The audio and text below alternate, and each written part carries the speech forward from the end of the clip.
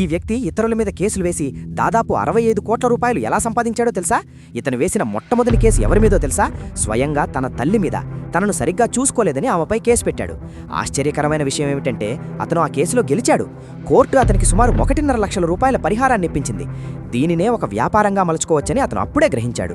ఆ తర్వాత అతను వరుసగా తన స్నేహితులు, పొరుగువారు, తనని పెళ్లి చేసుకోబోయే వ్యక్తి, టీచర్లు, పోలీసులు, జడ్జీలు, ఇంకా ప్రముఖ కంపెనీల మీద కూడా కేసులు వేశాడు.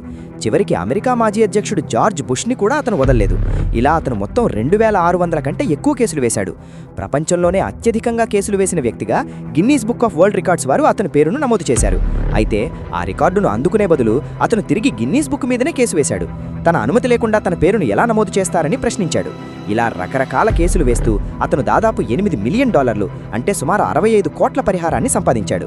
ఒకసారి అతన్ని ఒక టీవీ షోకి కూడా ఆహ్వానించారు. అక్కడ హోస్ట్ ఇలా అడిగాడు, మీ దగ్గర ఎంత డబ్బున్నా మిమ్మల్ని ఎవరూ ఎందుకు ఇష్టపడరు అని. దానికి అతను నవ్వుతో అక్కడి నుంచి వెళ్ళిపోయాడు. ఆ తర్వాత ఆ టీవీ షో నిర్వాహకులు తనను అవమానించారని వారి మీద కూడా కేసు వేశాడు. ఆ కేసు ద్వారా కూడా అతనికి సుమారు $50,000, అంటే సుమారు 40 లక్షల పరిహారంగా లభించాయి. బాబోయ్, ఈ వీడియోని అస్సలు లైక్ చేయకండి, షేర్ చేయకండి. ఎందుకంటే ఈ వీడియో గనక వైరల్ అయ్యి అతనికి తెలిసిందంటే నా మీద కూడా కేసు వేసి మనీ లాగుతాడని నాకు భయం వేస్తోంది.